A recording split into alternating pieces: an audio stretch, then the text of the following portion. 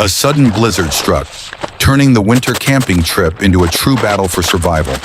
The man faced utter solitude. The wind howled incessantly, snow lashing against the tent as if trying to tear it apart. The lightweight tent became his only line of defense, fragile, yet built with all his experience and care. He reinforced every corner, burying the tent's edges deep into the snow to withstand the increasingly fierce wind.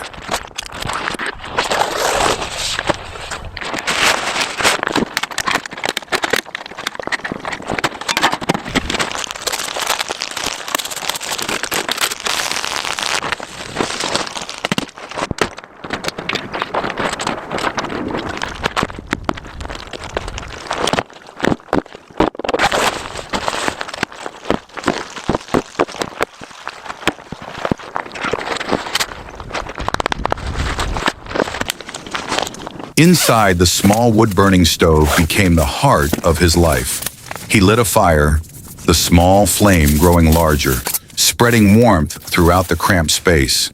Water boiled, food cooked. He sat there listening to the wind howling through the flimsy tent. The battle for survival was underway. Would he survive the night?